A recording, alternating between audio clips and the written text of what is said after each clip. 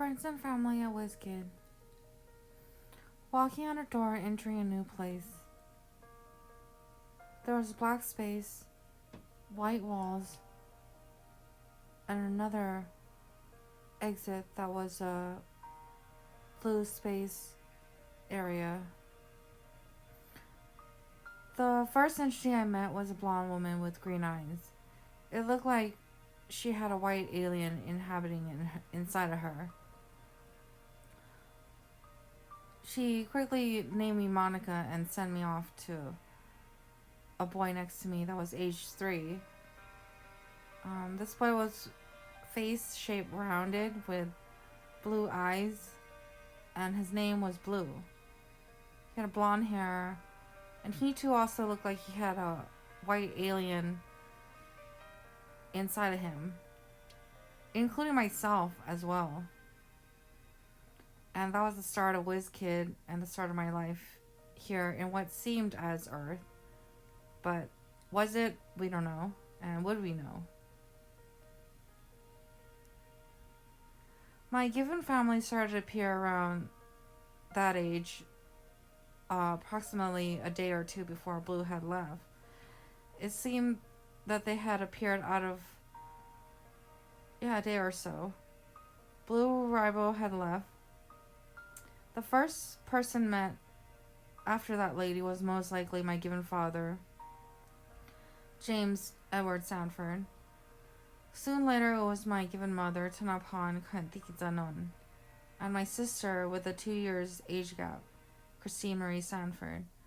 My elder sister, age gap approximately 10 years apart, was discovered a lot later. She had a different father.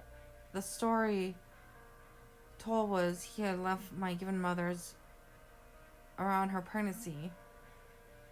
This sister is called Sinina Kalamapitsit, also known as Selena, as I heard a similar name on television, so I thought it does sound like her English name.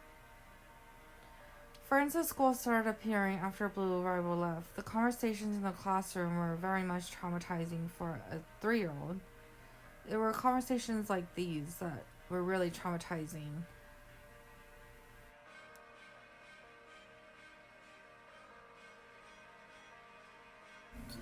It was some weird red male devil frying people in a pan for drinking alcoholic beverages.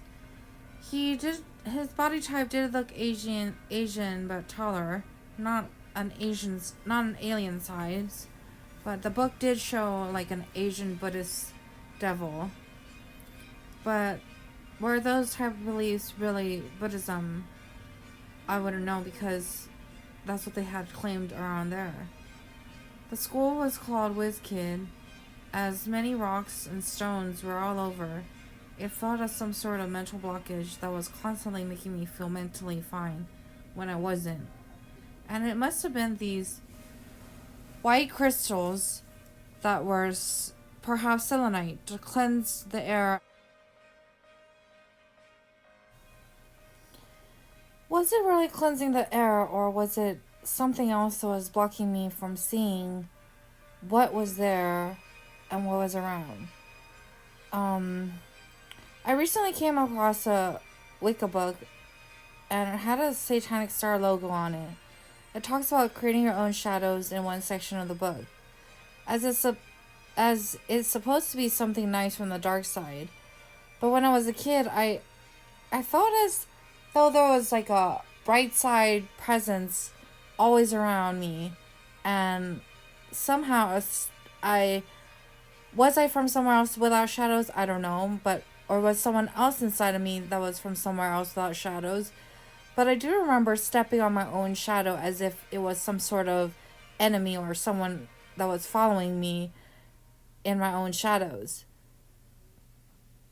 I'm not going to jump ahead to talk about the incident with John Beck with a shadow that was maybe his or maybe not.